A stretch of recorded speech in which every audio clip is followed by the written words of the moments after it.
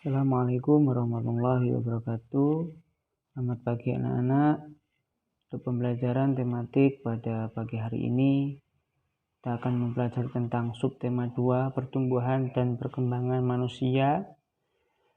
Pada pembelajaran pertama ini, kita akan membahas tentang bahasa Indonesia, yaitu kita akan mencermati kosakata dalam teks tentang konsep ciri-ciri kebutuhan makanan dan tempat hidup, pertumbuhan dan perkembangan makhluk hidup, yaitu pertumbuhan dan perkembangan manusia. Selanjutnya kita juga akan mempelajari tentang materi SPDB, yaitu gerak dinamika dalam tari, dan materi matematika penjumlahan bilangan cacah. Pada materi bahasa Indonesia, kita akan belajar tentang pertumbuhan dan perkembangan manusia. Jadi, tubuh kita mengalami pertumbuhan dan perkembangan. Apa perbedaannya?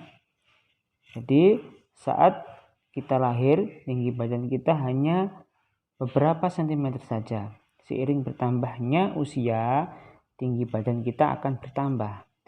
Ketika masih bayi, kemampuan kita juga terbatas. Misalnya belum mampu berjalan, belum bisa makan sendiri, belum bisa membaca, dan sebagainya. Seiring berjalannya waktu, bayi akan mampu berjalan. Semakin dewasa, kemampuan tersebut juga semakin baik dan berkembang.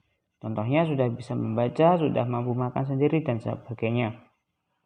Bertambahnya tinggi badan disebut dengan pertumbuhan. Sedangkan kemampuan untuk berjalan, membaca, dan sebagainya disebut dengan perkembangan. Jadi, pertumbuhan adalah proses bertambahnya jumlah sel yang membuat tinggi, volume, atau massa tubuh makhluk hidup berubah. Sedangkan perkembangan adalah bertambahnya kemampuan dan fungsi tubuh. Sedangkan untuk pada materi SPDB, kalian akan mempelajari tentang dinamika tari. Nah, di dalam tari, unsur utama dalam tari yaitu bergerak. Setiap bergerak manusia memerlukan tenaga. Begitupun dengan gerak tari. Tenaga adalah kekuatan atau intensitas yang digunakan penari untuk melakukan gerakan tersebut, itu dinamakan dengan tenaga. Untuk mendapatkan gerak tari yang dinamis, kompak, dan ritmis tentunya membutuhkan tenaga. Penggunaan tenaga memiliki intensitas kuat, sedang, dan lemah. Tanpa tenaga, suatu gerakan yang baik tidak mungkin dapat dihasilkan karena tenaga merupakan hal yang utama dalam gerak tari. Contoh gerak dengan tenaga ringan atau lemah meliputi menggerakkan kedua tangan ke samping, ke kanan, dan kiri badan. Contoh gerakan tari dengan tenaga kuat adalah menggerakkan tangan seperti sedang mengangkat beban. Tuh, ini contohnya pada gambar yang ada di buku pegangan LKS masing-masing. Jadi ada tenaga ringan atau lemah, dan ada juga gerakan yang menggunakan tenaga yang berat atau yang kuat, adalah mengangkat tangan seperti sedang mengangkat beban. Itu pada materi SPDB. Nah, kita akan memfokuskan pada materi matematika, yaitu penjumlahan 4 angka atau ribuan dengan teknik menyimpan.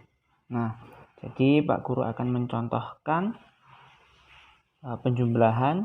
Di sini ada contoh 1951 dijumlah dengan 2379.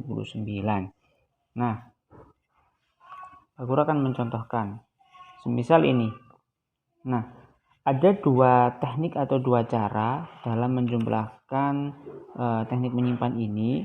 Yang pertama dengan menguraikan penjumlahan ini sesuai dengan nilai tempatnya. Nah, contohnya seperti ini. Nah, jadi 1951 kita uraikan masing-masing sesuai dengan nilai tempatnya. Jadi ribuan, ini ada 1000 dijumlah dengan 2000. Nah, setelah itu 900 kita tulis di bawahnya harus lurus dijumlahkan dengan 300. Setelah itu nilai puluhan 50 dijumlahkan dengan 70. Dan nilai tempat satuan tulis lurus dijumlahkan dengan nilai satuan yaitu 9. Setelah itu kita jumlahkan 1000 dijumlahkan dengan 2000 hasilnya 3000. 900 jumlahkan dengan 300 hasilnya 1200. 50 dijumlahkan dengan 70 hasilnya 120. Dan 1 dijumlahkan dengan 9 hasilnya 10. Ini harus lurus sesuai dengan nilai tempatnya. Ada satuan, puluhan, ratusan, dan ribuan. Setelah itu dijumlahkan. Satuannya 0, puluhannya 2 ditambah 1 3, ratusannya 2 ditambah 1 3, dan ribuannya 3 ditambah 1 4. Jadi hasilnya 4330. Ini yang cara yang pertama dengan menguraikan pada nilai tempatnya. Dan setelah itu bisa dengan cara yang kedua, yaitu dengan menjumlahkan secara langsung. Ini cara yang kedua.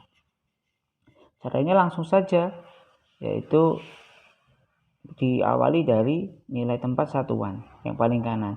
1 dijumlahkan dengan 9. Hasilnya yaitu 10. Yang ditulis yaitu satuannya, yaitu 0. Sedangkan puluhannya disimpan di atasnya nilai puluhan. Nah, setelah itu baru dijumlahkan. 1 dijumlahkan dengan 5, 6. 6 dijumlahkan dengan 7, hasilnya 13. Kita tulis satuannya. Nah, satunya ditaruh di mana? Puluhannya. Ditambahkan lagi atau disimpan lagi di atasnya angka depan yang akan dijumlahkan. Nah, setelah itu kita baru jumlahkan kembali. 1 dijumlahkan 9, 10. 10 jumlahkan dengan 3, hasilnya 13. Sama, kita tulis satuannya. Sedangkan puluhannya kita simpan di angka depan di atasnya. Baru kita jumlahkan. 1 tambah 1, 2. 2 ditambah 2, hasilnya 4. Sehingga jumlahnya 4330. Jadi hasilnya sama. Cara 1 dengan cara 2 hasilnya sama. Tergantung anak-anak lebih mudah menggunakan cara pertama dengan menguraikan sesuai dengan nilai tempat, ataupun langsung dengan menggunakan penjumlahan susun ke bawah. Demikian yang bisa Bapak sampaikan. Mudah-mudahan sedikit dan singkat ini bermanfaat bagi kita semuanya. Untuk tugasnya, anak-anak bisa mencoba terlebih dahulu penjumlahan yang ada pada halaman 29. Setelah itu tugas yang dikumpulkan yaitu pada halaman 30, yaitu penilaian pembelajaran 1. Cukup dikerjakan jawabannya saja. Khusus untuk matematika boleh dikerjakan dengan caranya. Demikian, wassalamualaikum warahmatullahi wabarakatuh.